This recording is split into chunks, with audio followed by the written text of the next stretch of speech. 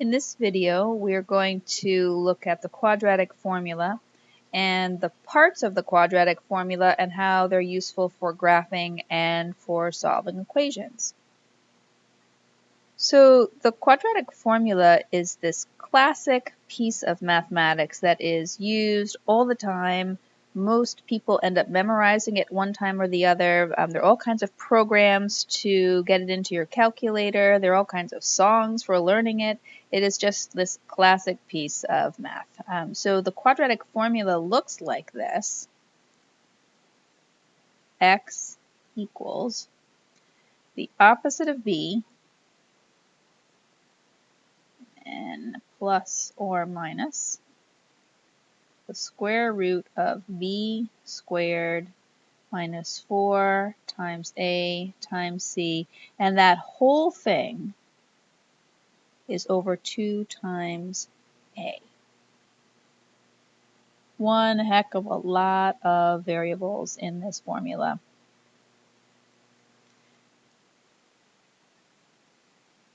The b, the a, the c, those all come from the general form of the quadratic equation or the quadratic function.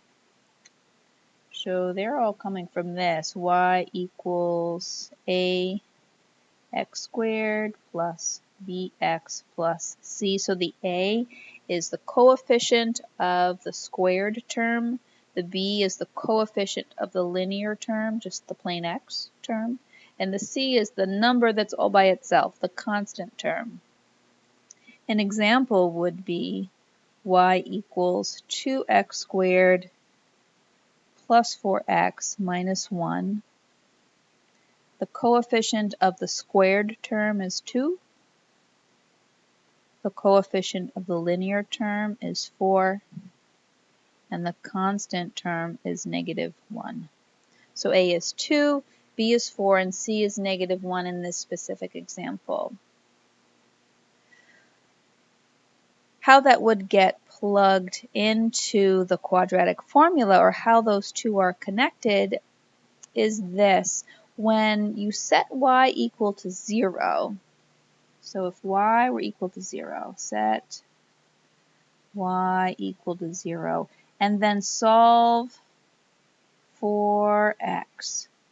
So we've got 0 equals ax squared plus bx plus c. And we want to know what the heck x is equal to.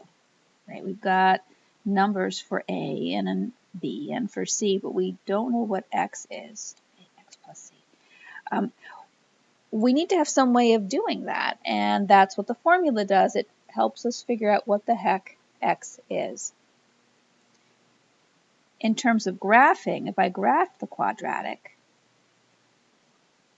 and set y equal to 0, the quadratic formula lets me know what my x-intercepts are. So it lets me know where this equation is crossing the x-axis. There's a way for getting from the quadratic formula to the quadratic equation and back and forth. So going from the function to the formula, from the general form to the quadratic formula, completing the square, which I'm not going to do in this video, but I'm happy to show you at some point if you're interested. So to get from one to the other involves the process of completing the square. Complete the square. And that's usually something that pre-calculus students do, but we could certainly do it together. You don't need to know how to get from one to another, but you do need to know how to use the quadratic formula. So eventually, to solve for x, you need to know that it's the opposite of b plus or minus the square root of b squared minus 4ac all divided by 2a. So if you're asked to solve or if you're asked to graph, this quadratic formula is really useful for both of those things, for finding out what x is and also for figuring out what the x-intercepts are. So you can use this for both solving equations and for graphing parabolas. It will work for both. Let's start off by figuring out why it might be useful for graphing. And one obvious place is to recognize that the axis of symmetry actually comes from the quadratic formula.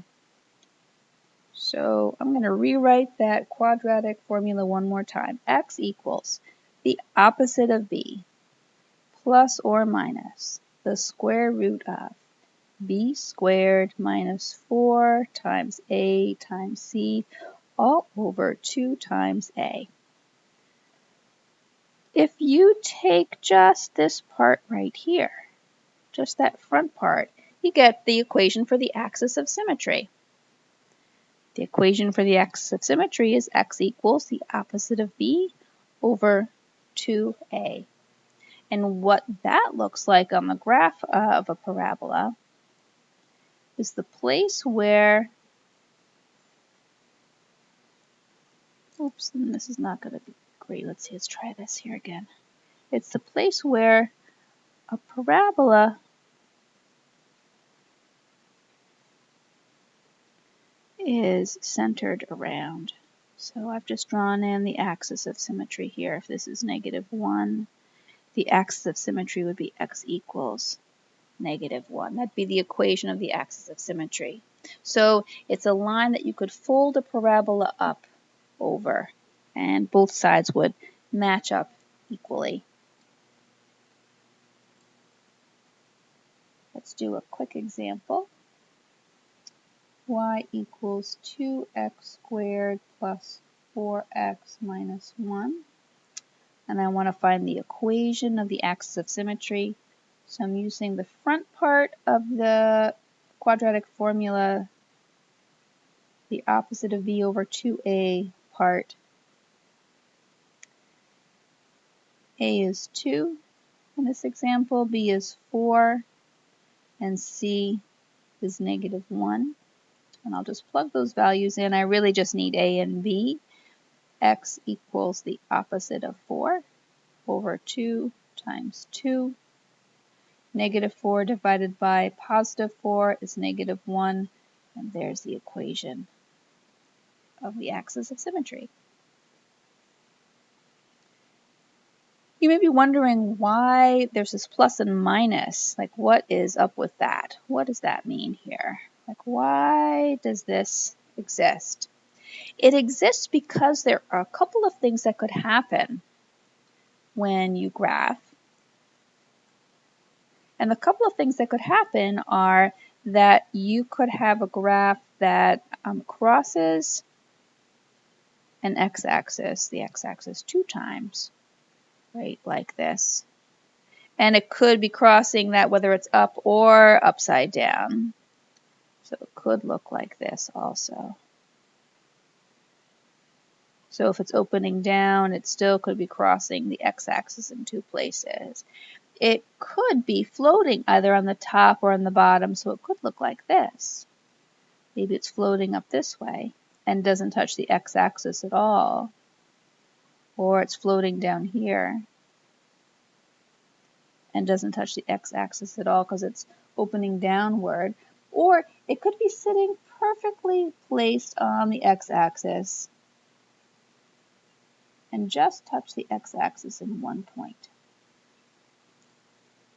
Right there. Get that a little better sketched in. Right there. Those places are the solutions or the answers, the zeros, the roots. And the largest number of them that happen at any one time is 2. So there could be 2 possible solutions. 2 possible x-intercepts, or 2 possible solutions. There could be no solutions. right? It doesn't cross the x-axis at all, or there could be exactly one solution. And this plus or minus that's happening up here, that plus or minus accounts for the possibility that there might be two. But there's something else about the quadratic formula that will let us know in advance which one of these situations is going to happen. And it's this piece right here, the stuff underneath the square root sign, the b squared minus 4ac. That thing, that b squared minus 4ac, tells us which one of these possibilities is going to happen in advance. We don't have to do a whole lot of work.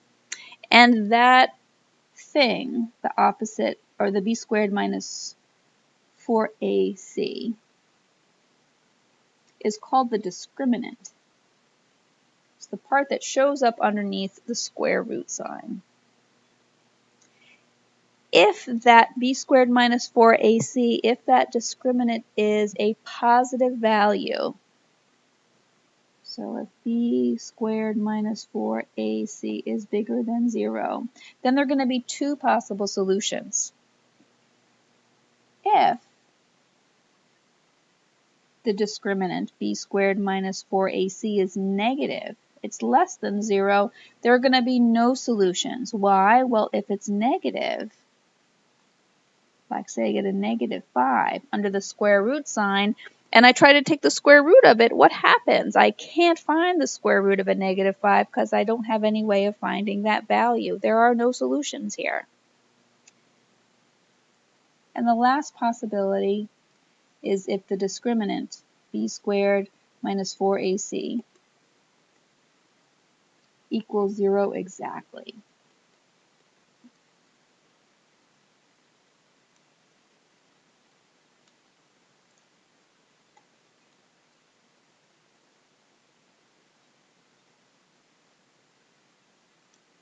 Oh, my pen is not working. I'll try some typing instead.